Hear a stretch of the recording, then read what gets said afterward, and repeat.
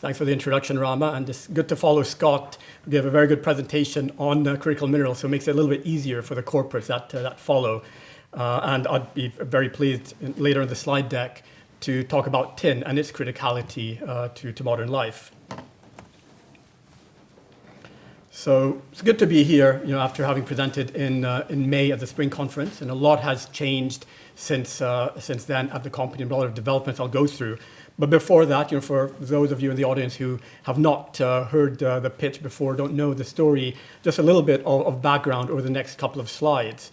So Cornish Metals is the 100% owner of the South Crofty tin mine, which is located in Cornwall, UK. It's a historic mine. It's been in operation for over 400 years before closing in 1998 due to a collapse in prices that occurred in the mid-1980s, not because of a lack of resource. This is a mine that is permitted and is very well supported by the local community, local government, and by the UK government as well. It has excellent infrastructure, both in terms of the location, access to transportation, very close to the ports, but also existing mine infrastructure at site, including 5 usable shafts, one of which I'll talk about later and show some photos of. And actually, this head frame here is right above the new cook's kitchen shaft, which is the main production shaft that we'll be using when the mine comes back into production. It will be a very low impact underground operation with no tailings to be on surface, all to be paced and backfilled into the voids in the mine.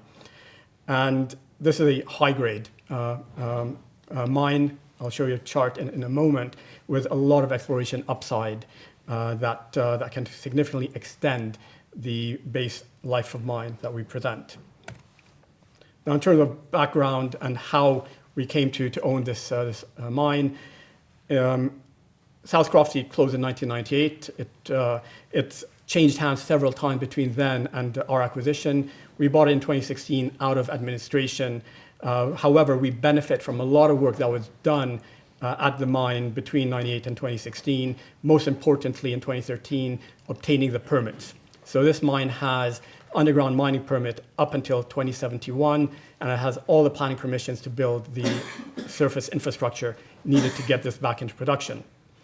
2021, Cornish Metals listed on AIM. We previously, the company was called Strongbow Exploration, TSX listed. Now we're dual listed as Cornish Metals, given the focus on Cornwall and on the South Crofty project. 2022, we gained a new strategic investor, Vision Blue Resources, who anchored a £40 million raise, putting in £25 million. And as Scott mentioned, that is going to that less traditional money to really get things moving forward. And this has been really important because without that funding, we wouldn't have been able to really advance things at the project. And with these funds, we were able to complete metallurgical drill work, complete the first PEA, build a water treatment plant. This mine is underground. It flooded after we shut off the pumps in 1998, or previous operators, and now we're in the process of dewatering the mine. So having built the dewatering plant and started dewatering a couple of years ago.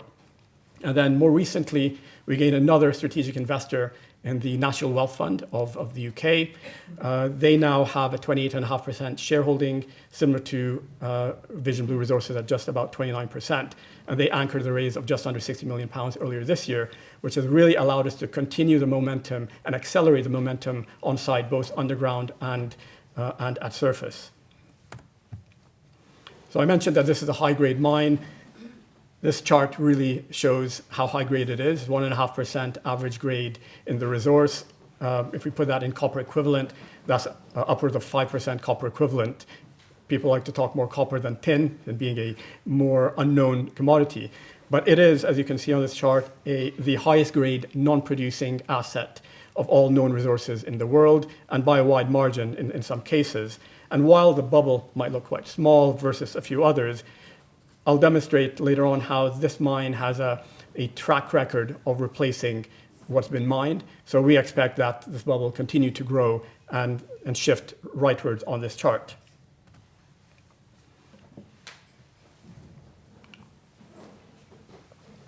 Now, very importantly, about a month and a half ago, we published an updated PEA for the project. which continues to validate the strong economics. 180 million pound after-tax NPV and 20% IRR. We're looking at a total after-tax cash flow of almost 560 million pounds from started production, and most importantly, average annual EBITDA of about 70 million pounds. This compares to our current market cap of 100 million pounds. That just kind of frames things here. In terms of capital requirement, just under 200 million pounds pre-production and 3.3 years payback. In terms of production, we're looking at just under 5,000 tons of tin in concentrate to be produced annually in the first 5 years post ramp-up, which makes us about 1.5% of global mine production, and an average cost, all-in sustaining, of under $14,000 a ton. So that would place it well within the first quartile of the cost curve, as you can see on this chart over here, and compares to the current price of $36,000 a ton. So very strong margins expected to be generated at this operation. Now to focus back on the resource. Over here we show the last published resource, which is about total of about 85,000 tons of tin contained. If you look at the chart on the cross section on the bottom right, what it shows on the upper section, the first, say, 400 meters going underground, that's polymetallic ore, tin, copper, zinc, bit of silver. That's been mined. That's been mined over the 300 years, from say 1592 up until the early 1900s. And then the lower bit, the lower zone, is in the granite. That's high-grade tin only, which is what our focus will be on. And that's been mined since 1906 up until 1998, when the mine closed. But what I'd like to point out here is where you have mineralization on the edges, on either the east or west side, that all came from underground through the granites into the polymetallic ore. And so where there's mineralization further up, there's mineralization further down. So we are quite certain that this deposit is open in all directions and down dip. Now I mentioned about the track record of South Crofty of replacing its ore, and that you can see here. This is a chart of the last 24 years of operation. Dark blue we show the cumulative mine production, and in the light blue bars it's the cumulative metal added to the resource. And what that indicates here is that we've consistently replaced what we mined. In 1974, there were less than 4 years of mine life remaining. 24 years later, there is more than 4 years of mine life remaining. So we're today talking about a 14-year mine life based on the current resource, but we believe that the current mine plan is constrained by this resource, and we'd expect to replicate what was done before. And a reminder as well that this was done previously without drilling. We will have a drilling program in place that will commence from pre-production and through every year of production to allow us to upgrade resource and add more inferred into our resource base. And alongside that work, earlier, or actually late last year, our geology team published an exploration target to just give a bit of a hint as to what we can expect in terms of near mine, near-term exploration upside potential. And they identified potential additional mineralization of between 6 and 13 million tons at a tin grade of 0.5 to 1.8%. That is in addition to the 6 million tons in our current MRE that I showed earlier. So essentially it's saying that there's potential to double or triple the resource just looking at near mine extensions that you can see up there in the graph, where it's fluorescent blue extending along strike and the level or two down dip of the existing resource, not looking at other mineralized areas within our mine license area of 1,500 hectares. And we also have another 15,000 hectares elsewhere within Cornwall. So there's a lot of potential beyond this. But what does that mean in terms of production profile? So if you just look at the dark line on the chart on the bottom right, that shows a production profile that looks quite good in the first 7, 8 years, and then it declines given the resource that constrains it. However, our expectation is what you see highlighted in the first 5 years post ramp up, that production profile will carry on for many years, even decades at that level. So that will have significant upside, not just to the production, but to the valuation that we see at this operation.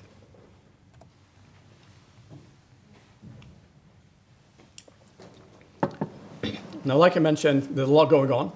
That's why I want to show some of these photos. In terms of current activities, we are obviously doing the dewatering of the mine and refurbishing the shaft as we do that.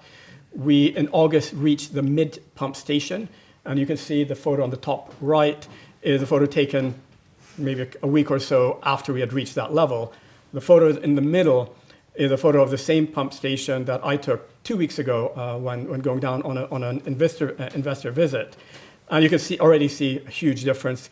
Everything's been cleared out. All the old pumps are out of there, and it's been widened. And actually now this photo is out of date. We've got now the bases of the new permanent pumps already being installed.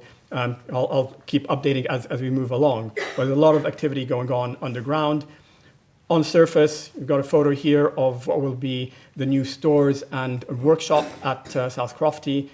We've got the steel frame already erected a few weeks ago, and this is expected to be completed in end of March of next year.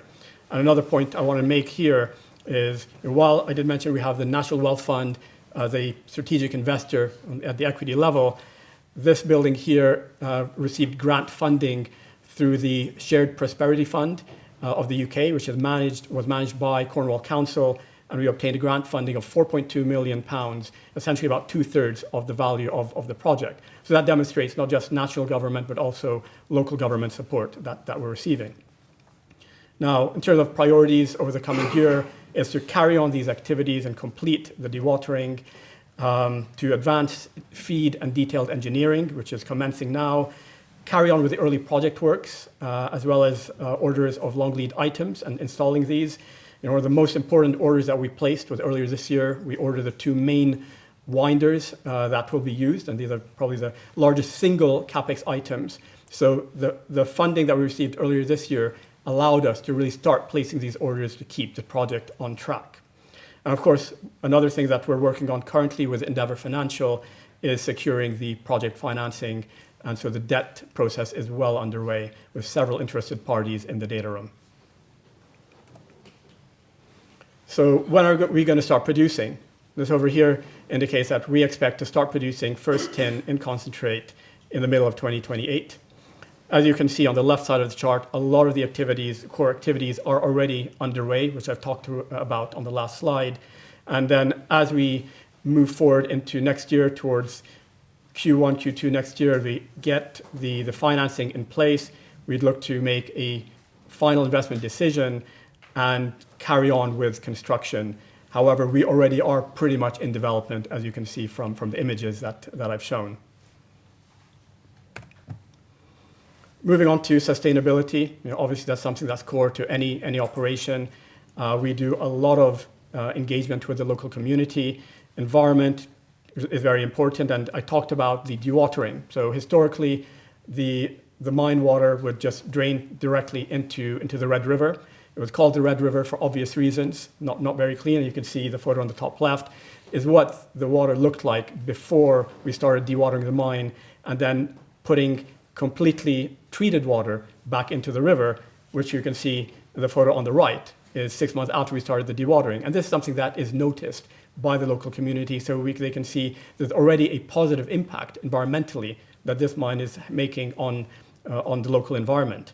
We also are looking at the opportunity to capture heat from the mine water. The water underground is consistent about 24 degrees all year round, and we're going to be using as a test bed the stores and workshop building to provide the heat for that building through the mine water, and we look at expanding that beyond that building. Social side of things, like I mentioned, regular community engagement, but one of the main reasons for support, as you would expect, is jobs. It is an area in Cornwall that is impoverished. It's nothing like what you see in the coastal towns as well inland, and there is obviously that desire for high-paid, well-skilled jobs, and we expect to generate over 300 direct jobs and upwards of 1,000 indirect jobs when this mine is fully operational. We do a lot of work, as you can see that photo, one of my colleagues, Ben, speaking at one of the primary schools, but we do a lot of talks at all levels to encourage students to look at the mining industry, that it's not the old dirty coal that people remember. There clearly were some campaigns in the past to discourage mining, and we've seen the negative impact of that in terms of decline in enrollment in schools.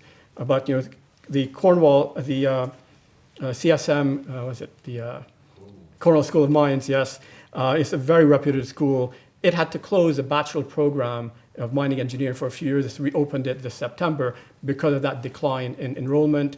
We're hoping that with the view of critical minerals, tin being a critical mineral itself, that we start seeing pickup in these numbers because there is a need for that skill in country. Now, going back to the commodity side of things and tin, tin is not a commodity that is very well covered, unfortunately.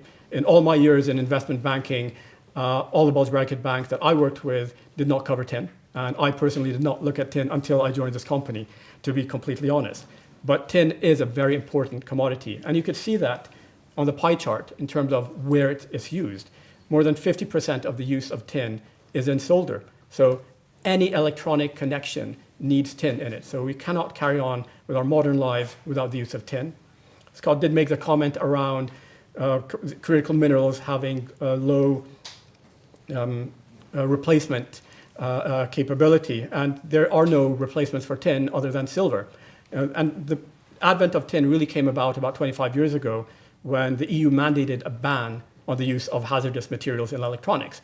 Previously, lead was used as a solder. That ban meant that tin, being the only substitute and suitable element, was then, it changed the whole end-use dynamics for tin and added pretty much double the end uses.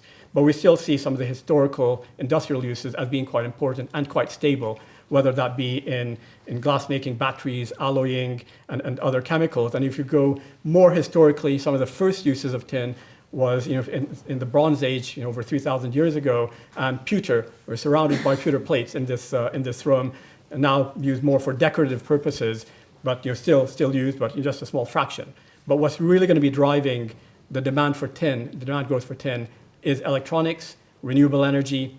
Within renewable energy, solar surprised us in terms of how much tin is used there. We're looking at close to 10% of total tin use goes into solar energy, where it's copper wire coated in tin solder connecting the panels. So that is quite important.